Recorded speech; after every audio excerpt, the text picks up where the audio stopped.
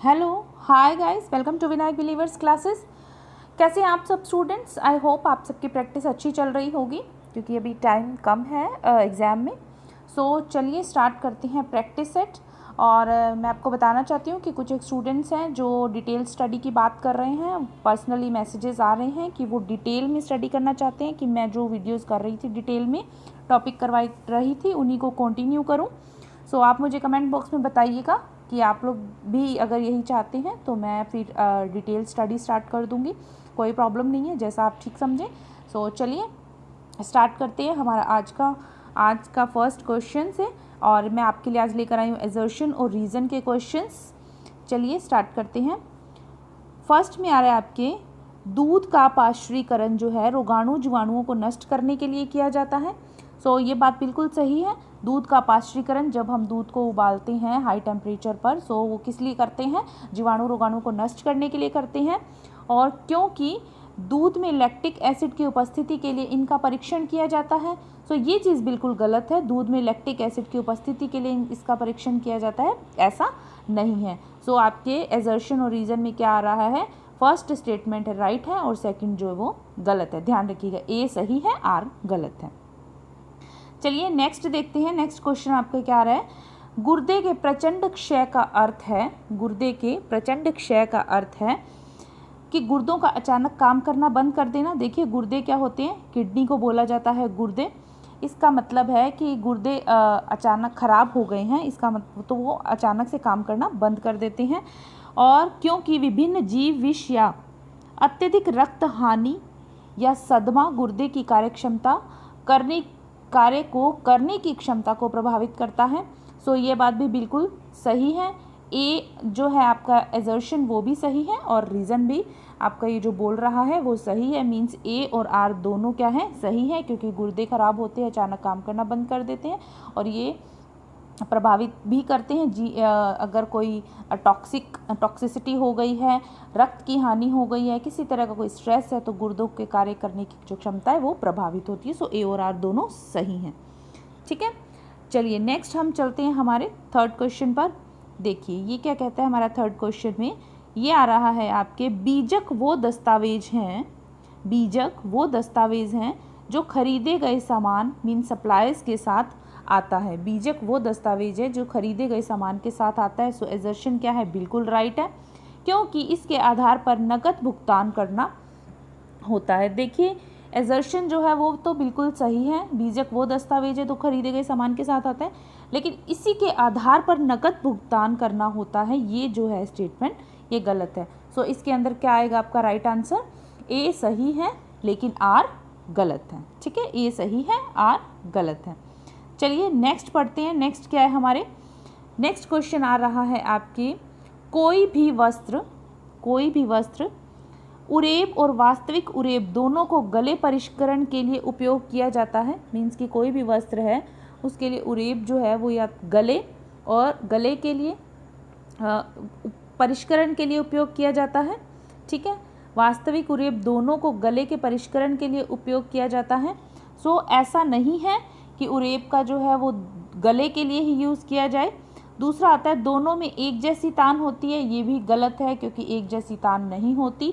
दोनों ही ये जो स्टेटमेंट है आपके एजर्शन और आपके reason both are wrong. Okay, A और आर दोनों गलत हैं। ठीक है, चलिए नाउ द नेक्स्ट आपके क्वेश्चन में पढ़ते हैं हम। इसमें क्या कह रहा है? विविध तंतु रंजन तथा संयोग, विविध तंतु रंजन तथा संयोग रंजन एक जैसे ही होते हैं। ठीक है, मीन्स कि अलग अलग प्रकार के तंतु का रंजन, ठीक है, रंजन और संयोग रंजन एक जैसे होते हैं।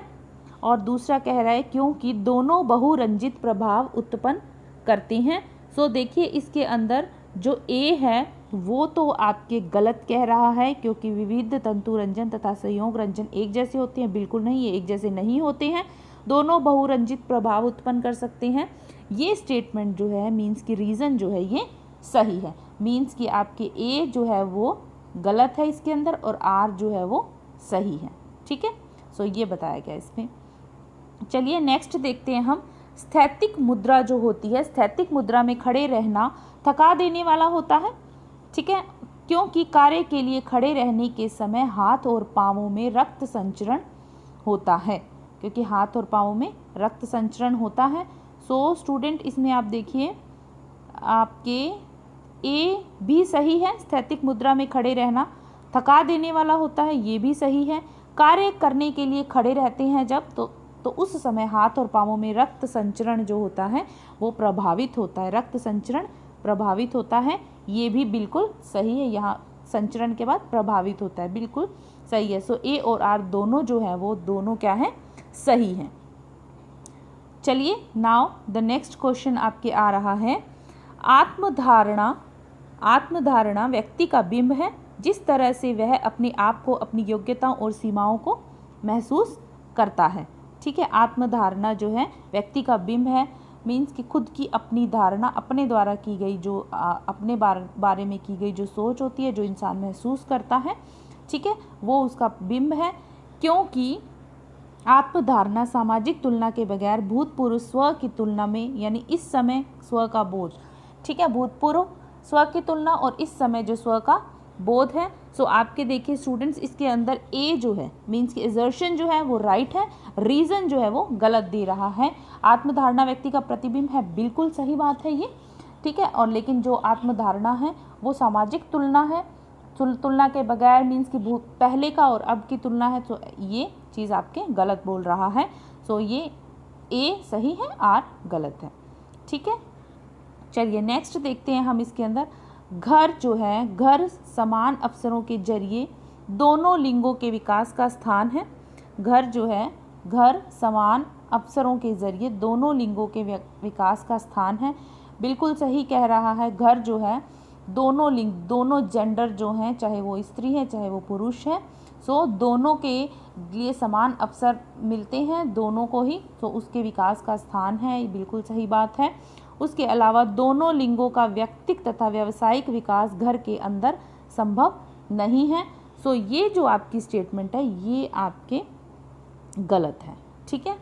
इसमें आपके एजर्शन सही बोल रहा है, लेकिन जो आपके रीज़न दे रहा है इसके अंदर कि आपके दोनों लिंगों का व्यक्तिक तथा व्यावसायिक विकास घर के अंदर संभव नहीं है, सो ये चीज़ आपके गलत बोल रहा है, ठीक है। ए सही है, आर गलत है। नेक्स्ट देखते हैं हम स्टूडेंट्स इसके अंदर इलेक्ट्रॉनिक मीडिया जन या मास मीडिया जिसको बोलते हैं, क्योंकि सभी जनसंचार माध्यम इलेक्ट्रॉनिक मीडिया नहीं होते।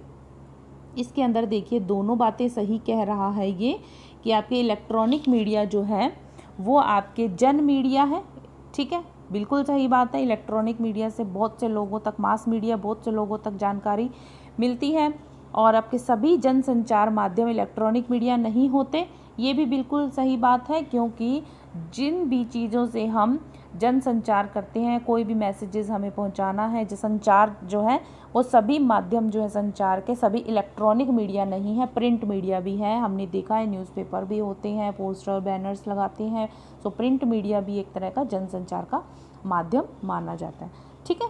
सो ये आपके दोनों ही बातें जो सही हैं।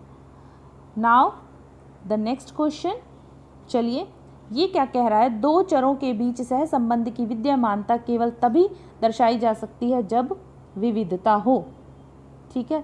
दो चरों के बीच, दो चर हैं उनके बीच जो कोरिलेशन है उसकी विद्यमानता केवल तभी विद्यमान दर्शाई जा सकती है जब उसके अंदर क्या हो, विविधता हो। ये बात बिल्कुल सही है, तभी दर्शाई जा सकती है जब उनमें विविधता होती है, वैरायटी होती है, डिफरेंस होता है, ठीक है। ये क्योंकि यदि चरों में से एक स्थिरांक है, ठीक है, यदि चरों में से एक स्थिरांक है और आपके कोई विविधता नहीं है तो फिर सहसंबंध गुणांक की व्याख्या नहीं की जा सकती। ये स्टेटमेंट भी आपके बिल्कुल सही है, क्योंकि अगर चर स्थिरांक हैं, एक जैसे हैं, उनमें विविधता नहीं है, तो तब उनके अंदर आपका जो कोरिलेशन का गुणांक जो है उसकी व्याख्या आप नहीं कर सकते।